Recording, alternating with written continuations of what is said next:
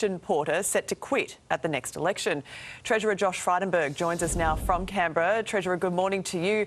Health Minister Greg Hunt is expected to announce his departure from Parliament later on today. I know you two are very firm friends. You must be disappointed to see him go.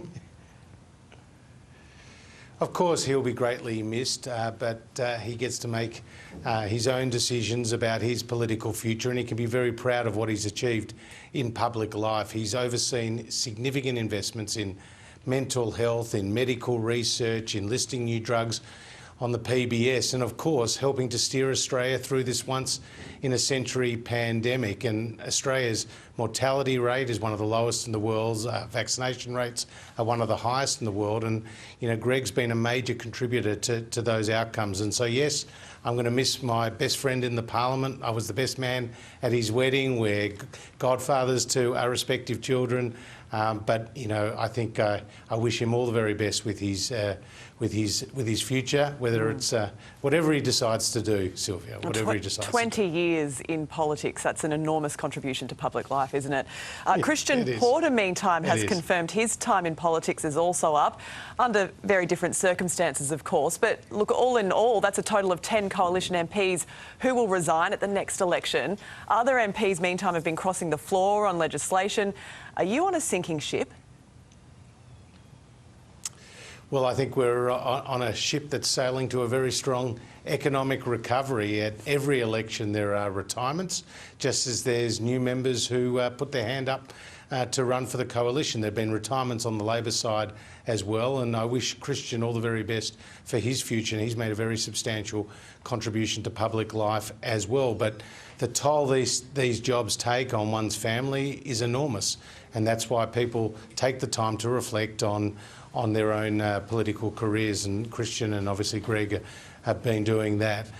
With respect to the government, obviously there's important legislation that's passed the Parliament, there's important legislation that's still before the Parliament, and there will be an election next year. But if you think about where we've come as a country from the edge of the economic abyss, Sylvia, last year, when tens of thousands of our fellow Australians were lining up outside Centrelink having lost their jobs, to the point that now unemployment is lower than when we came to government. And the Reserve Bank and leading economists and Treasury are all predicting a very strong economic recovery next year. And overnight, the OECD talked about Australia's rapid economic recovery. That augurs well for the future, and that's our track record that we'll campaign on, as well as our plans to build for the future. OK, so the impact of lockdowns on the nation's economy was revealed yesterday, a 1.9% drop in the September quarter. It's not as bad as predicted, but it's still the nation's third largest fall on record. That's pretty bleak. Well, Sylvia, it's no surprise after we've seen our two largest states, New South Wales and Victoria, in extended lockdowns, more than 13 million Australians in lockdown. But as you said, it was better than what the market was expecting. And if you look at our economic recovery since the start of this pandemic, it has been stronger than all but two major advanced economies. It's been stronger than Canada, stronger than the United Kingdom, Germany, Italy, Japan. And we have an opportunity now to see the unemployment rate go down to the fours and to be sustained there for the first time in many, many years. And I think that is what we're obviously aiming for. That's what our economic policies and our new investments are driving towards. There is a call from industry leaders, retail leaders, hospitality leaders in the papers this morning for more international workers and students to be allowed into the country.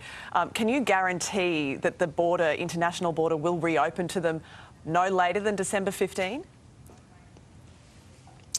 Well, as you know, Sylvia, we took a considered and I think a responsible decision to pause the reopening for a couple of weeks, and that was based on the medical advice so that we can learn more about this Omicron variant, more about its transmissibility, more about its severity, and more about whether or not the vaccines that have been taken up across the country are an effective defence against that variant.